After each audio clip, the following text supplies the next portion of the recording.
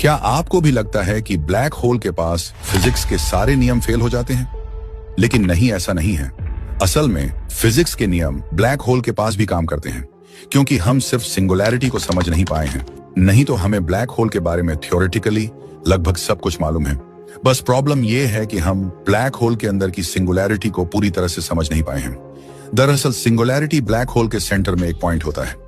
तो अब आप कहोगे कि अगर फिजिक्स के नियम काम करते हैं तो फिर इवेंट होराइजन पर समय रुकता क्यों है?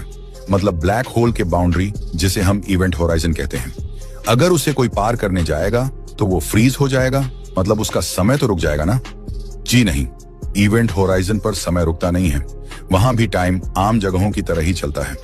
असल में ब्लैक होल के पास स्पेस और टाइम का फैब्रिक इतना ज्यादा खिंच जाता है कि इवेंट होराइजन से जो लाइट निकलती है उसे हम तक पहुंचने में अनंत समय लग जाता है।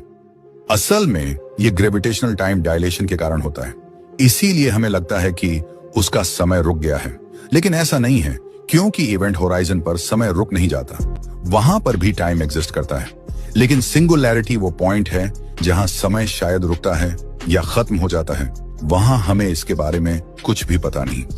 सिंगुलैरिटी ब्रह्मांड का सबसे बड़ा रहस्य है। वैसे ब्लैक होल से तो लाइट भी बच नहीं सकती। उसकी ग्रेविटी इतनी ज्यादा होती है कि वो लाइट को मोड़कर अपने अंदर खींच सकता है। फिर वो लाइट कहां जाती है ये भी हमें नहीं पता। तो देखा आपने, ब्लैक होल फिजिक्स के नियमों को तोड़ता नहीं है, बस हमारी समझ अभी अधूरी है। खासकर सिंगुलैरिटी के बारे में, समय का रुकना, लाइट का गायब हो जाना, ये ऐसे सवाल हैं जो हमें सोचने पर मजबूर करते हैं।